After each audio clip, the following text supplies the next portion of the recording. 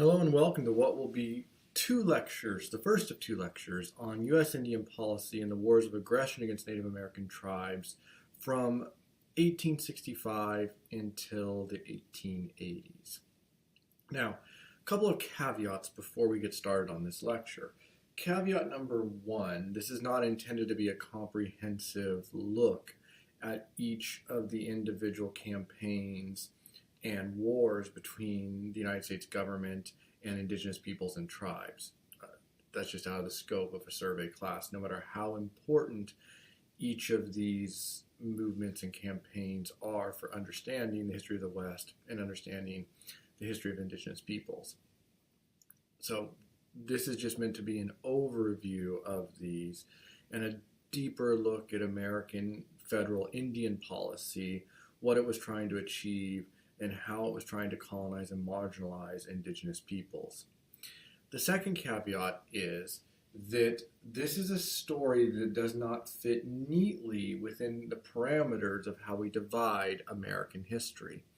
So typically, we divide American history using the Civil War as the dividing point. We either say we teach American history up to the end of the Civil War, and then the next course would be from Reconstruction all the way to present. That's, of course, how this particular course is organized.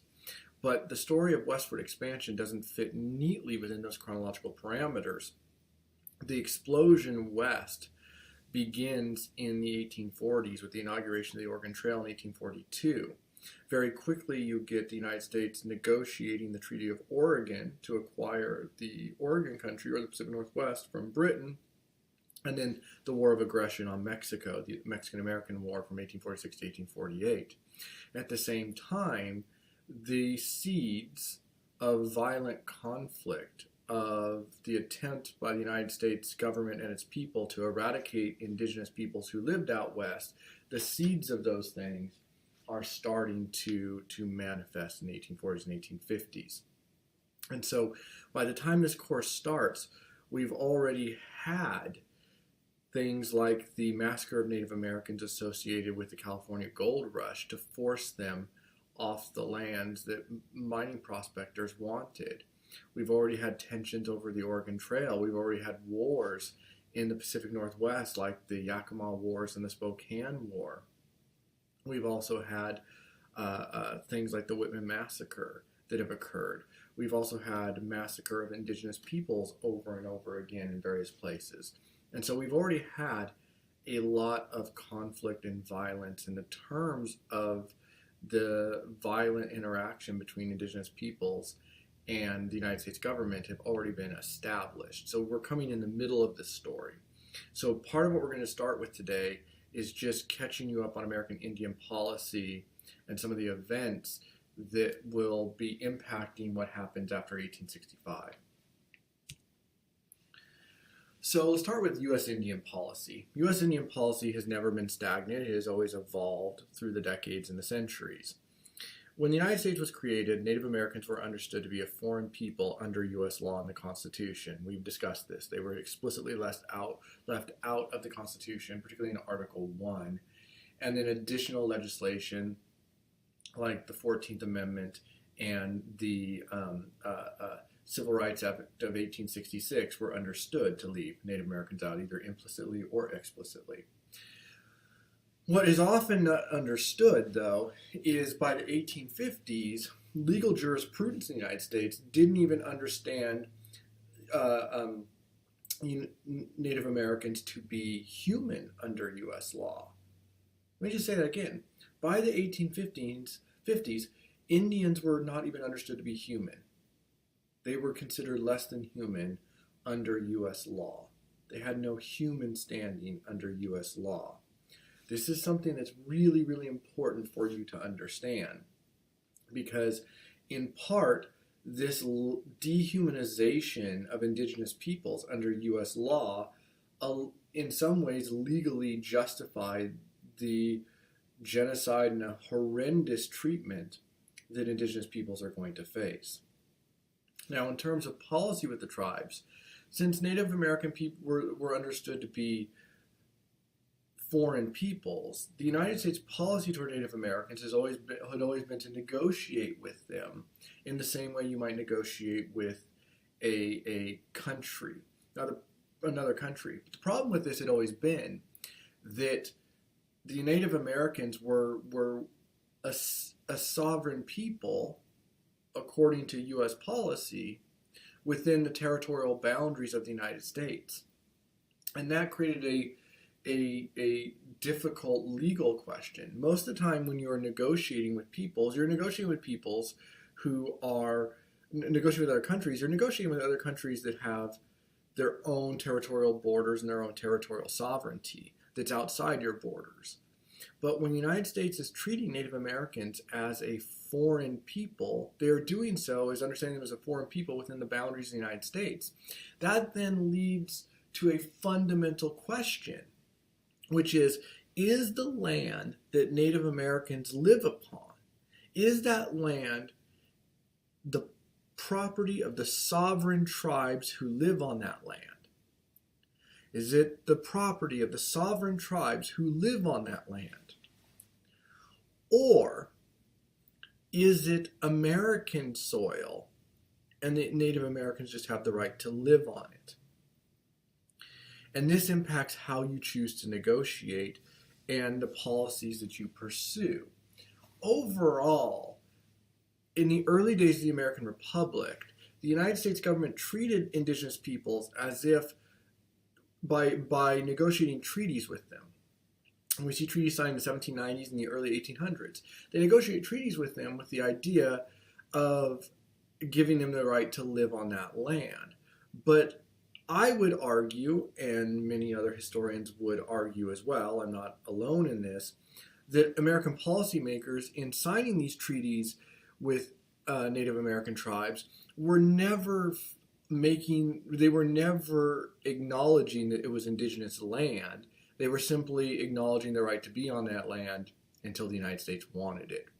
And that seems to be essentially how the United States entered these negotiations with indigenous peoples, forcing them to sign treaties to acknowledge their right to live on lands that they had lived on for centuries.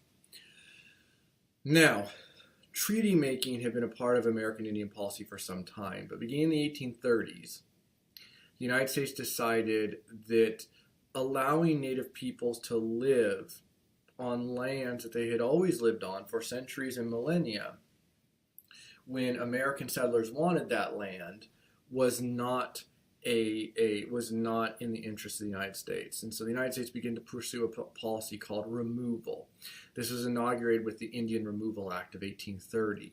But what removal basically did is it said, wherever there was land the United States wanted that Indians occupied, that what would happen is that the United States government would go to the Native Americans and basically say, you are being removed to another land. You are being removed from your ancestral homeland. And this began in the 1830s, most famously with the tribes of the Southeast and the Trail of Tears under the Jackson administration in the 1830s. So removal became part of American policy and American law. Now, at this point, I think it's helpful to understand the trauma that removal brought to indigenous peoples beyond just losing their homes.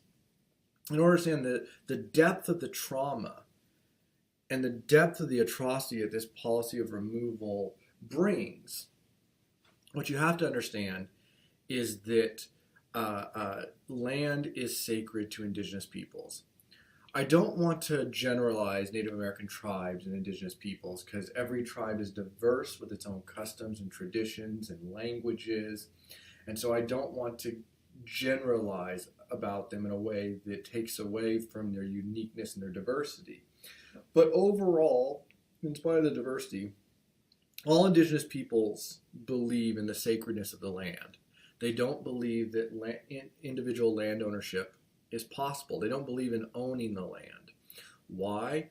Because the land is literally sacred. It's sacred because the land is their mother. It is from which they came. Native Americans didn't believe that they migrated to the lands that they lived on. They believed that they came from the very soil. They were born from that earth. That earth was sacred because it gave birth to them. That earth was where the sacred spirits, where the ancestors lived. So that land was sacred, and it was considered anathema, an egregious sin, to use Judeo-Christian terms, to believe you could own the land. That was like saying you owned God, or owned your mother, or owned the spiritual force of a people. You couldn't do that. The best you could say is that the spirits, that the earth, that the ancestors allowed you to live on the land, allowed you to hunt on the land, gather on the land, enjoy the land, and therefore the land needed to be respected. But you couldn't parcel it out into individual plots and landowning. It was to be lived on and to be respected, but nobody owned it because you couldn't own it. And so when you're going to Native American tribes and removing them from their land, what you're doing is not just depriving them of their home in a Western sense, you're depriving them of all that is sacred and meaningful, their ancestors, their concept of their origins, the spirituality. You're removing them, and you're removing them from a land that has nurtured them and given birth to them. It's deeply offensive, not just from an economic and living perspective, but from a spiritual perspective. Now, when removal was inaugurated in the 1830s, we're talking about an America in which we're just talking about sort of east of the Mississippi River. Yes, the United States owns the Louisiana Territory at this point, but relatively few Americans live out there in the 1830s. It's mostly fur trappers and fur traders and missionaries. And so the removal was happening within the borders of areas that have been part of the United States going back to, the founding of the country. And in the case of the Western territories, west of the Appalachian Mountains, but up to the Mississippi River, you're talking about areas that they got in the Treaty of Paris of 1783. So that's where removal was taking place. So that became official American policy, right? Removal in the 1830s.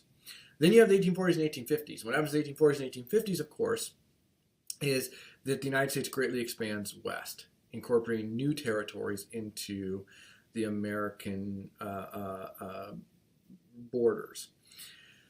They have now encountered where the majority of the Native American population at this point of time lives, right? They live west of the Mississippi River at this point.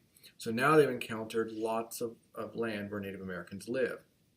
They want to carve up this land. As we talked about in a previous lecture, they want to carve up this land and develop it for railroads, develop it for mining, develop it for homesteading, and they've created policies to encourage that.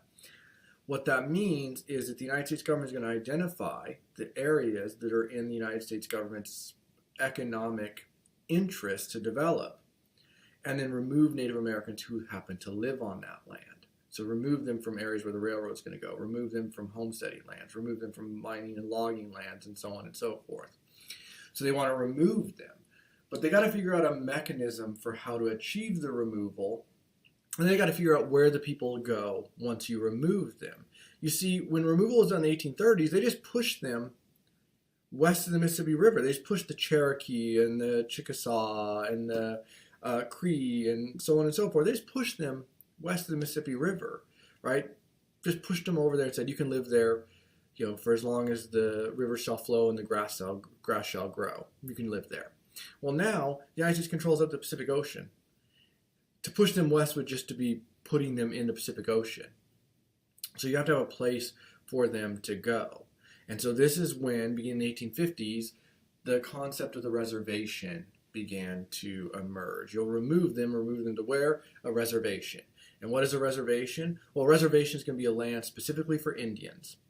It's going to be a land specifically for Indians, where Indians are allowed to live free from the intervention of the United States government or its citizens. They can live according to whatever system that they want. So the concept of reservation is created, a place of land that Native Americans can live. You remove them from where they currently live and put them on a reservation. Now, a couple things about this, if you're thinking critically about what's going on here. the United States is identifying those lands that are most economically beneficial to the United States. Well, if they're beneficial economically to the United States, they're probably beneficial to the indigenous peoples. They're probably the hunting grounds of the indigenous peoples. And most indigenous peoples out west, they didn't live sedentary lives. They weren't farmers. They were hunter-gatherers who followed the buffalo herds. And the buffalo tended to go to lands that were rich with water and foraging material, which tended to be the same lands that people wanted to homestead and farm, right? And that's on the Great Plains, of course. But you go further west, and there are lands that are great for fishing and great for gathering wild foods. Well, those are the same lands that they want to homestead. And of course, those hunting grounds are also lands where they want the railroads to go through. So if the lands are beneficial to the United States, they're the same lands that are beneficial to the indigenous people so they can practice their culture and support themselves. And if you're going to put them on land that is by definition not something the United States wants, it's probably land that's marginalized and cannot support people or enough people. And so reservations were almost always places of marginal fertility, of limited hunting, of limited resources, in which it was difficult for indigenous peoples to survive on. So removal and reservation became the policy the United States begins to try and achieve in the 1850s. So the question is, how are you going to what is the mechanism for removal and reservation? What's the legal mechanism? Well, they go back to the tried and true system that they've been using since the 1790s, which is the treaty system. So now they're going to sign treaties with Native American groups. And they're going to sign these treaties with the explicit understanding that these treaties are establishing reservations. Now, the United States government knew that these lands that they were giving as reservations often could not sustain the indigenous peoples who are on them. They knew that. So often with treaties came promises of cash payments. Every year the tribes would be paid cash to compensate them for their loss of their ability to support themselves, and they'd be given rations of food and clothing and blankets and so on and so forth. So there is a financial transaction to this, which means in some ways what the United States is arguing is they're trying to purchase the land from Native Americans. And of course, that is deeply offensive to Native peoples because they don't believe that the land can be purchased. They don't believe the land can be owned. So the very concept of the reservation system and the treaties that created them was anathema and horrible to indigenous peoples. So from the start, this policy had potential problems. The other problem was that when you negotiate a treaty, what you would typically do is the leader of one people would negotiate with the leader of another people, but the terms of the treaty would bind all the peoples on both sides. Native Americans did not have political systems that would enable them to do this kind of negotiation. Most Native American tribes out west had very fluid, autonomous political systems. A chief was just a recognized leader of a group of people, but within a tribe you might have chiefs at the tribal level, but tribes were often divided into bands, and bands were divided into villages, and every village and band had their own chiefs. The overall point here, and this is, if you want to know more about this, you should take an early U.S. history class where we talk about indigenous peoples and their culture more fully. But the big takeaway here is there's no one person that can negotiate a treaty that would bind his or her people. It just couldn't happen. And guess what? American policymakers understood that. A lot of these treaties were negotiated by the United States Army, by people who'd spent time with indigenous peoples. They understood that. So all they would do is they would try and find one tribal chief who's willing to sign a treaty, and then they would say the treaty binds every Indian in that group, even though that chief could not speak for all the different bands and villages within his tribe. And so from the very start, the treaty system was riddled with problems and errors and insincerity. And even for indigenous peoples who signed treaties and went on reservations, the United States never intended to honor these reservations. They were seen as a means to an end, to prevent violence and to prevent warfare for a time being, right? The United States didn't necessarily oppose going to war with indigenous peoples. They were going to war with indigenous peoples in the 1840s and 50s. But the United States looked at war as, a burden, and if they could avoid it through the treaty, they would, but they never intended to honor them. It was just a means to an end, and they figured they could, down the road, revisit these. So the United States never intended to honor these treaties, and what you're going to find as we move forward is that they're constantly not honoring the treaties that they have signed. It's not indigenous peoples breaking the treaties, it's the United States breaking the treaties that they negotiated and set the terms for. Also, the reservation system was known for its corruption and the racism that infused it. So there was a group called the Bureau of Indian Affairs that oversaw the reservations that were established after 1851.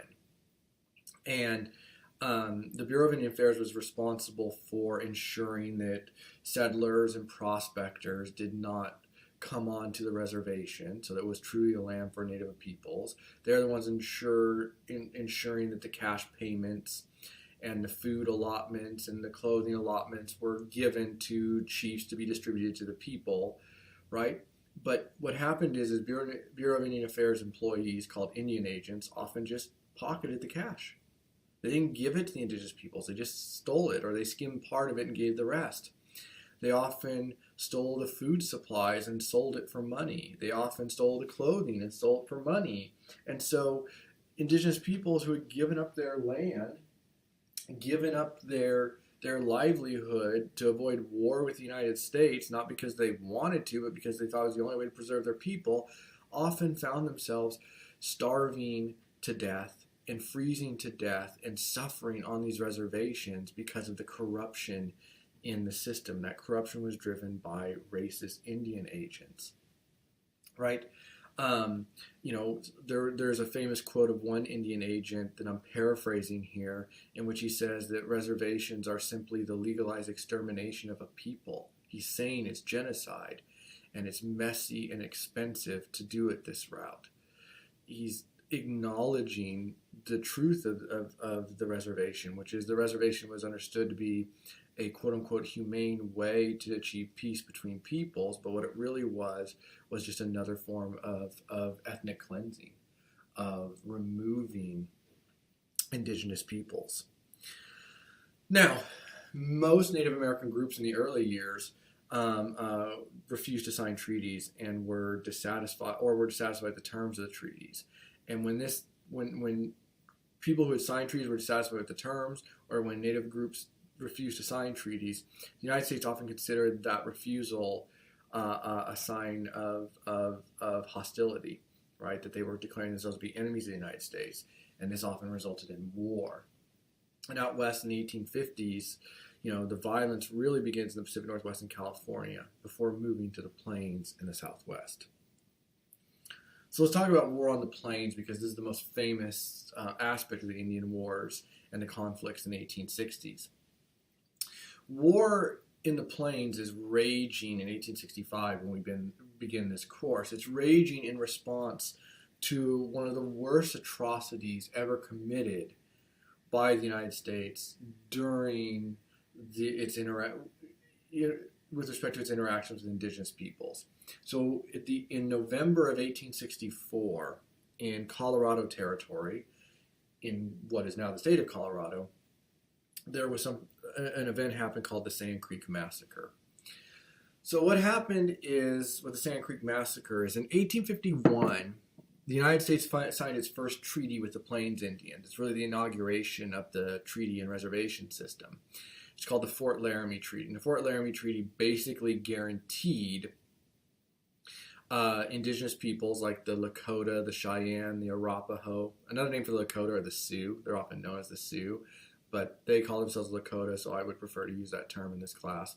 They'd all signed it, not all, many groups had signed at Fort Laramie on the Oregon Trail, signed this treaty. And what happened is that it guaranteed them large territories to live in, free from immigrants and settlers. Pardon me. Well, in the late 1850s, after the treaty was signed, gold was discovered in some of the lands that were guaranteed for Native American use, and prospectors moved out there. And Native Americans rightly considered this a violation of the agreement at Fort Laramie. The United States government, though, said, well, gold's been found, so now it's time to reassess the terms here. What they basically did is they went in and said, we need to create new, a new term, a new treaty with a new definition of a reservation. And the peoples who had been party to the Fort Laramie Agreement said, no, we're not. You guys signed an agreement. We agreed to this. We're honoring it. And so what happened is both the United States Army and Colorado militias began to make war on indigenous peoples. And what that meant was they would just essentially go out armed and attack any Indian that they found, because they said that they are the enemy of the people of Colorado and of the United States government. And so this created lots of warfare. Well, some of the tribes found that they just didn't, like, their people would be eliminated if this warfare continued, so they proposed peace. And one of them was the Cheyenne, a group of Cheyenne led by a guy named Black Kettle. And he had said he wanted peace. And so he was told to take his people to a place called Sand Creek, where a Colorado militia would meet him, and they would talk terms. And so he waited at Sand Creek like he was told. The army marched in and decided to open fire on a peaceful village that was expecting to negotiate peace terms. They just opened fire and killed so many of them. Over 150 died, and that's just that we know of. Just murdered when they were expecting to talk about peace. And then when they realized they were being murdered, of course they took up their weapons, tried to defend themselves, and then it became a quote-unquote battle. So some books refer to this as the Battle of Sand Creek, but it's not. It's the Sand Creek Massacre. Sand Creek Massacre, word of it began to reach the other Plains tribes, and they were horrified, and they were angered. And so in 1865, they respond by making war on every settler they can find. Now, they stop once they think the message has been sent, right, that you are not allowed to target our peoples like this. But in 1866, following the conclusion of the Civil War, U.S. Army regulars returned to the Plains. And hostilities are renewed because the Army begins to protect prospectors mining in the Black Hills of Lakota. Now, the Black Hills today are what is are in South Dakota. They were explicitly protected under the Fort Laramie Agreement. They are sacred to indigenous peoples in the area, particularly the Lakota peoples. So these Black Hills are incredibly sacred, and mining there was considered incredibly offensive. And so basically what you have is war over this. This war is led by two primary leaders, a Lakota leader named Red Cloud and another Lakota leader named Crazy Horse, two very famous figures in American Western history. Eventually, by 1868, the government is tired of this war, and the main Lakota chief, Red Cloud, negotiates a treaty. And this treaty creates what's called the Great Sioux Reservation. The Great Sioux Reservation. You can see it on the map here. This enormous reservation that also included the Black Hills that preserved Lakota hunting lands and their sacred land. And with that, hostilities came to an end. Now, many Lakota thought that this was an egregious wrong, signing any treaty for this land. Red Cloud, who has become a controversial figure in some circles of indigenous peoples because of his decision here, they decided that Red Cloud decided this was the best that the Lakota could hope for.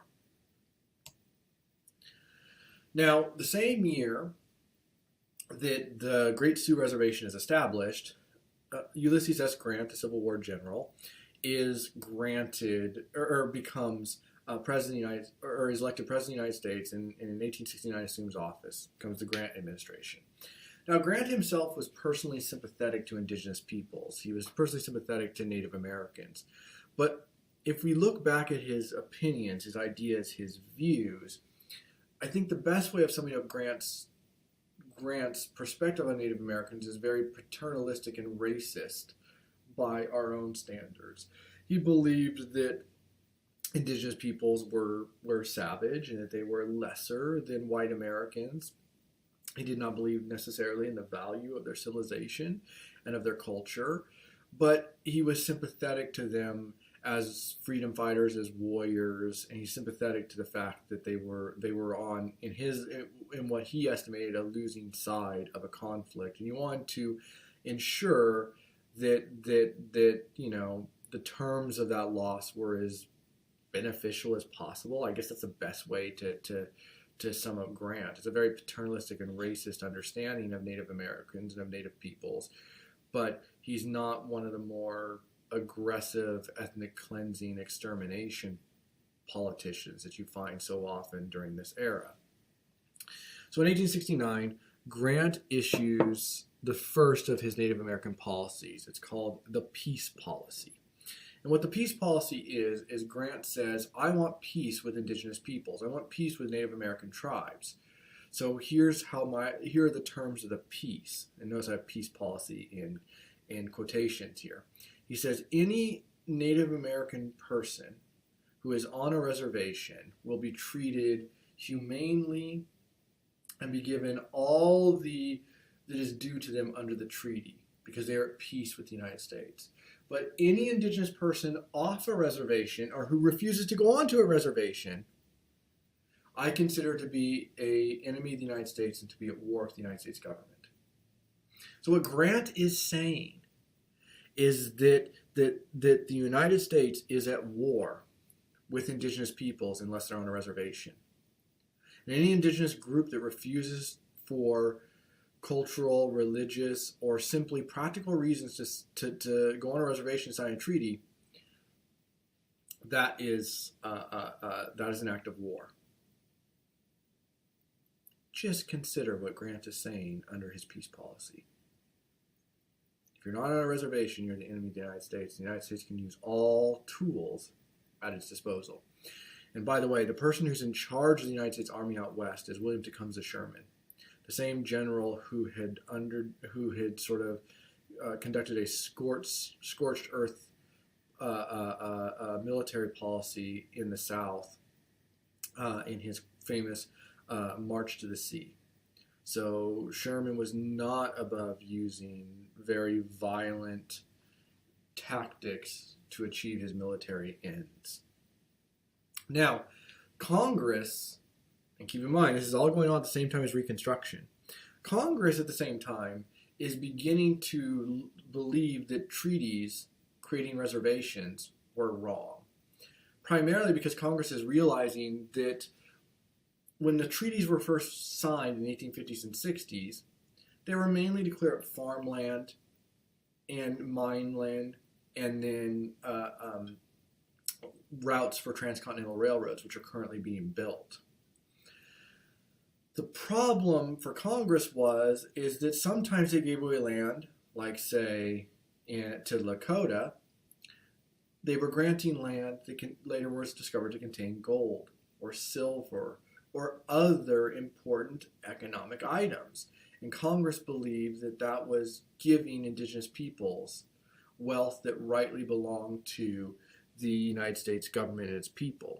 So in 1871, Congress passes laws forbidding treaties with native tribes.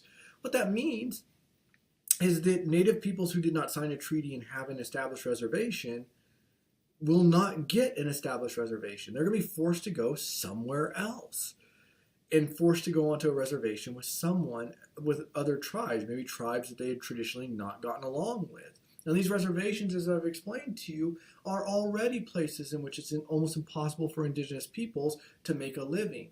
So, and to survive because of all the issues we talked about just a moment ago. So we're having a situation where it's about to get even worse for indigenous peoples. Additionally, typically, as I mentioned earlier, Native American reservations were administered by the Bureau of Indian Affairs and its Indian agents. And as I've told you time and again, this was not a good or benign system. It was a very corrupt, racist system. But it was a government system. Grant decided Grant decided that the Bureau of Indian Affairs was not a good fit overall for the future of Native Americans. So what he decides to do is allow some reservations to fall under the authority of churches and ministers so that they can instruct Native peoples in true religion and true civilization as was understood at the time. They're going to begin to change their culture. They're going to try and convert them to Christianity and force them to adopt American/Western educational values. This explicitly violates what a reservation was supposed to be, a place where Native Americans could practice their culture free from the interference and meddling of the United States government or its people. This is explicitly not what was supposed to be allowed. But it begins to happen in the Great Plains and some areas like Missouri and Oklahoma. And you get the first Indian boarding schools where Indian children are sent to be indoctrinated into Western values and to eliminate their own cultural and religious values. Now, the one big gain that Native peoples do make during the 1870s is that in 1878, a federal court rules in what's called the Standing Bear decision, after the chief who fought it in the courts, that Native Americans are people and should be given the rights of people under the law. So in 1878, Native Americans get to be considered people under the law, but overall, the 1870s represents an even worse and more difficult time for Native peoples. These policies all impact what happens on the plains in the 1870s. So between 1873 and 1874, the Great Sioux Reservation, which had only been established 5 years earlier, is under threat by gold prospectors who want to the Black Hills and the Northern Pacific Railroad that wants to go through the territory. The government decides to address this by trying to buy the Black Hills and some of the area that the Northern Pacific Railroad wants. The Lakota refuse. They say, no, we're not selling our Holy Land. We're not selling this land. They refuse. And this refusal means the United States decides, well, that's an act of war. In 1876, a new campaign against the Lakota has begun. The Lakota respond by creating a coalition of Lakota tribes, the Cheyenne, and a few other tribes to fight and defend their lands. The leadership of this coalition is by Sitting Bull, one of the most famous indigenous leaders of all time. And under his leadership, the coalition has several victories and does this sort of hit-and-run tactics that frustrate U.S. military leaders. This then culminates in 1876 at the Battle of Little Bighorn in what is now Montana, in which a group of, in which a contingent of the United States Army was completely, under the command of General George Custer, was completely wiped out and defeated by Sitting Bull and his coalition. Now, news of the loss at Little Bighorn and the loss of George Armstrong Custer, who was a famous Civil War general, also known as the Boy General during the Civil War, and whose image was known to many Americans.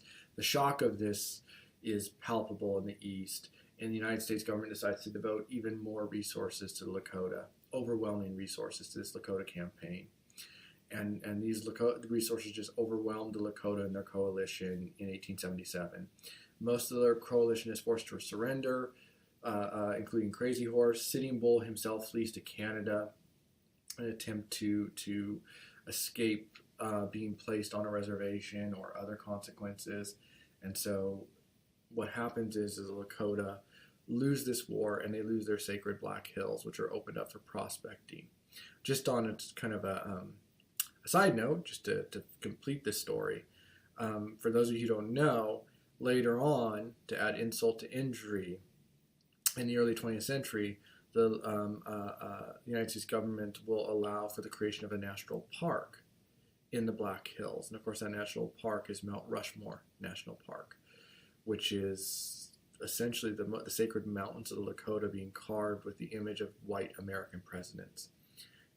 If you ever go to Mount Rushmore, to this monument, please understand that its conception and execution is deeply offensive to indigenous peoples and to the Lakota, because it's on their sacred lands, which were stolen from them, which they have still not been, that they still, even to this day, demand the return of. And then a monument to westward expansion, a monument to imperialism created by a racist artist, and the artist was racist, is there.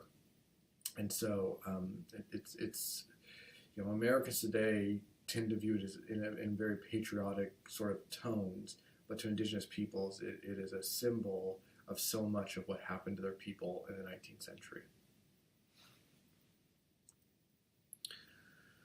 I do want to conclude today's lecture by acknowledging that in addition to the plains in the 1860s and 70s, there's war in the Northwest and the Southwest. In the Southwest, war primarily occurs with the Apache.